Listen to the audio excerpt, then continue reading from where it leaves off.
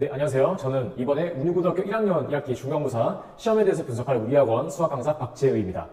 자, 일단 첫 시험이라서 학생들 많이 좀 긴장도 하셨을 것 같고요.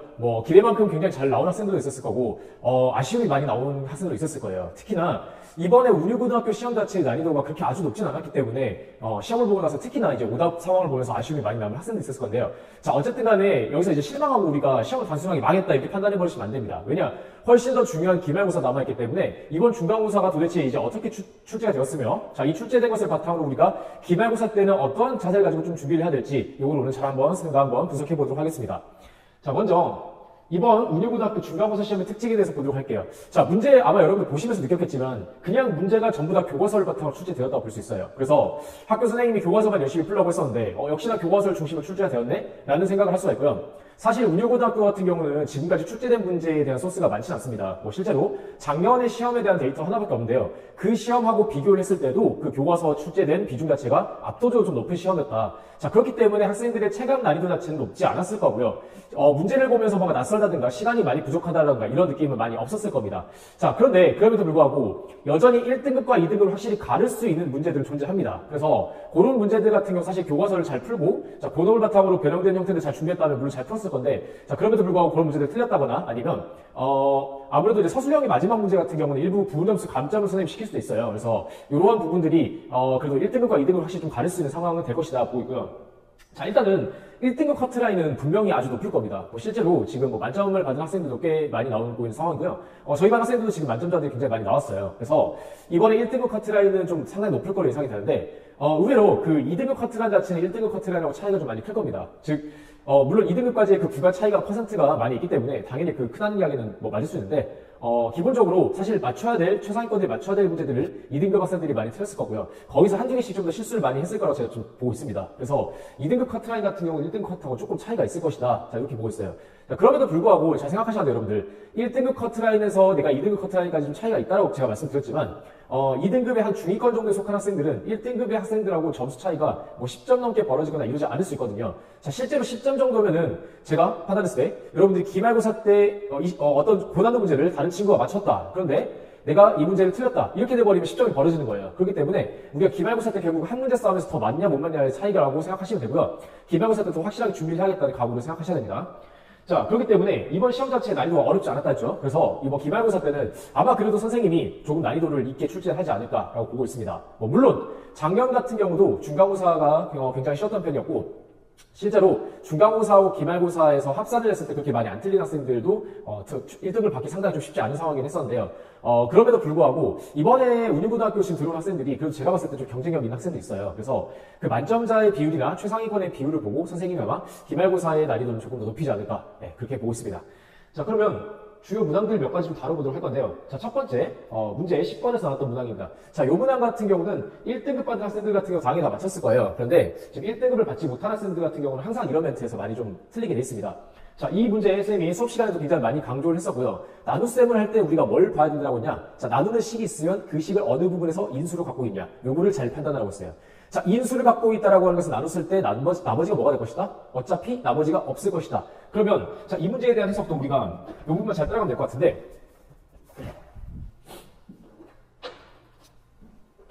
자, 먼저 px를 x제곱 더하기 1로 나눴을 때, 자, 몫은 없으니까 qx라고 써주고요. 나머지는 x 빼기 2라고 써주도록 하겠습니다.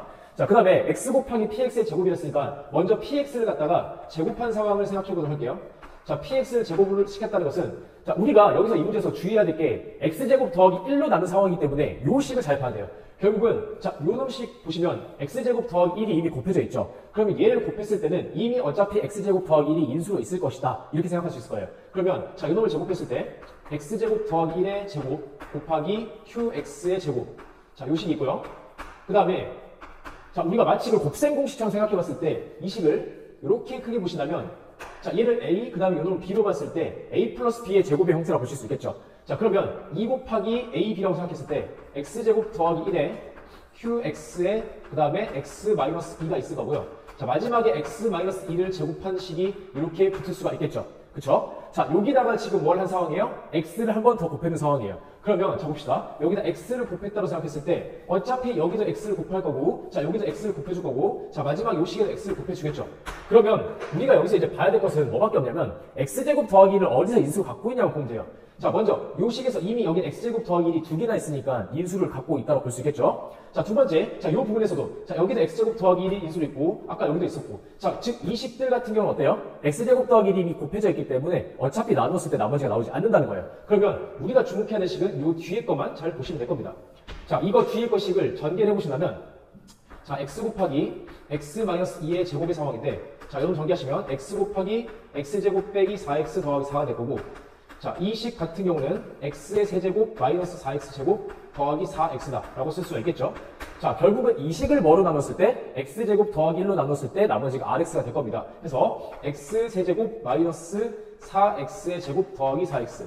자, 이거를 물론 여러분들이 직접 나눗셈을 하는 과정을 연습 많이 했을 거예요. 자, 그렇게도 풀 수 있지만 어쨌든 x제곱 더하기 1로 나눴을 때 자, 몫이 있고 뒤에 나머지가 있을 건데 나머지는 1차식이 될 거기 때문에 자, 이거 두 개 곱해진 녀석들이 좌변에 3차식과 2차식 영향을 주게 되겠죠. 자, 그러면 x제곱하고 x를 곱해주고 좌변 x제곱의 개수가 마이너스 지금 4가 되고 있으니까 여기다가 x제곱 더하기 해서 자, 플러스 1하고 x제곱하고 여기 마이너스 4가 되니까 뒤에 마이너스 4가 붙어버리면 자 이런 개수까지 일치가 되게 되겠죠. 자 좌변에 지금 개수가 4x가 되고 있는 상황이니까 여기서 x가 지금 개수가 되고 그 다음 3x에다가 자 상수 마이너스 4만 더해주시면 바로 이 3x 더하기 4가 나머지 rx라는 사실을 알 수 있을 거예요. 자 얘를 통해서 우리가 r1을 확보를 하시면 되겠죠. 자 어쨌든 이 문제에서 핵심은 뭐였냐, 결국은 나눗셈을 했을 때 그 나눗셈의 원리, 즉 어디 부분을 인수로 갖고 있어서 나머지가 발생할 수 있는 부분이 어디냐, 이거를 우리가 포커스 두는 게 아주 중요한 문제였습니다.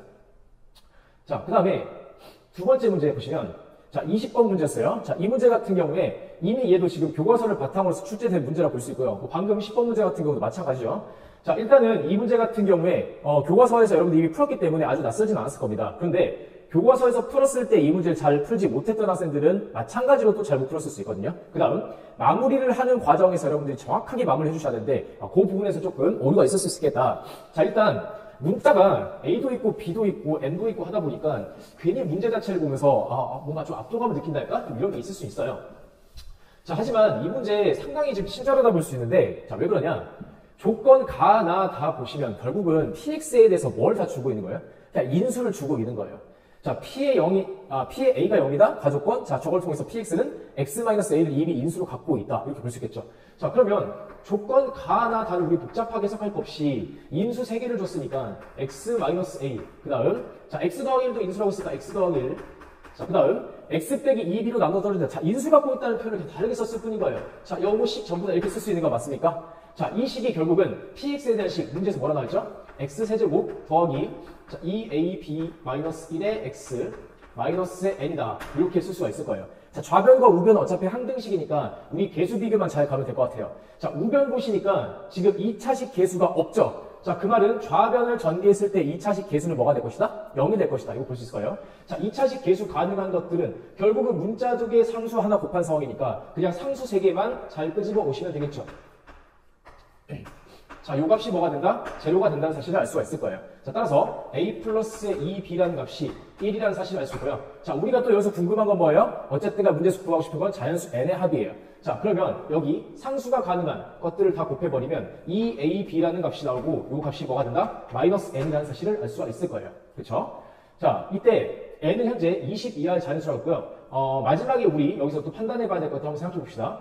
자, x의 개수 같은 상황도 한번 살펴볼게요. x의 개수 살펴보시면 어차피 문자 두 개 곱해진 상황. 자, 문자 두 개 곱하고 그 다음에 x 하나 곱해주시면 마이너스 a. 그 다음에 두 개 곱해주시면 플러스 2ab. 자, 그 다음에 자 이렇게 지금 문자 숫자를 이렇게 곱했고 요놈 곱했으니까 요놈 곱하면 되겠죠. 즉 마이너스 2b. 자, 얘도 지금 1차식 개수까지 똑같이 정리해 주시면 어차피 얘는 지금 어떤 상황이에요? 보니까 이 첫 번째 조건에 우리가 구했던 상황하고 같은 상황이 나온다는 사실을 알 수가 있습니다. 자, 그런데 여기서 이제 마지막 조건 n이 20 이하의 자연수라고 했죠. 자, 그러면 여기 n이라고 하는 문자를 좀 주목해봐야 될 건데 자, n이라고 하는 식을 써주시면 마이너스 2ab가 되는데 요 값이 몇 이하다? 20 이하다라고 하는 것을 우리가 여기서 읽어내야 될 거예요. 자, 그러면 요 조건을 통해서 우리가 알 수 있는 게 a 곱하기 b라고 하는 게 마이너스 10 이상이라는 사실을 알 수가 있겠죠.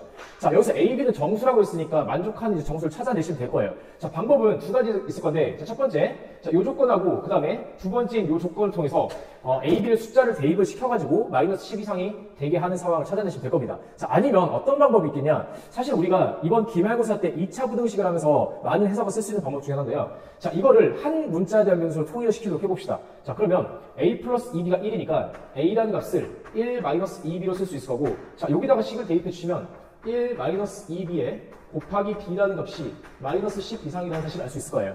자, 이때 이 식을 자, 한쪽으로 넘겨서 정리해 보시면 2b 제곱 마이너스의 b 마이너스 12 0 이하라는 식이 나올 거고요. 자, 요거 식 인수분해 되는 것 같은데요. 자, 보니까 2b에 마이너스 5, 그 다음에 b 플러스 2가 자, 0 이하다. 이렇게 지금 식을 얻어낼 수가 있겠죠. 그쵸? 자, 그러면 여기서 이제 우리가 식을 어떻게 판단할 수 있겠냐? 자, 이거 일종의 2차 함수, b에 대한 변수라고 생각했을 때 어쨌든 b에 대한 2차 식이 0 이하다? 그러면 우리는 요 값을 자, 축과 만나는 점이 마이너스 2하고 자, 2분의 5의 상황이니까 그림을 그려주시면 이렇게 될 거고요.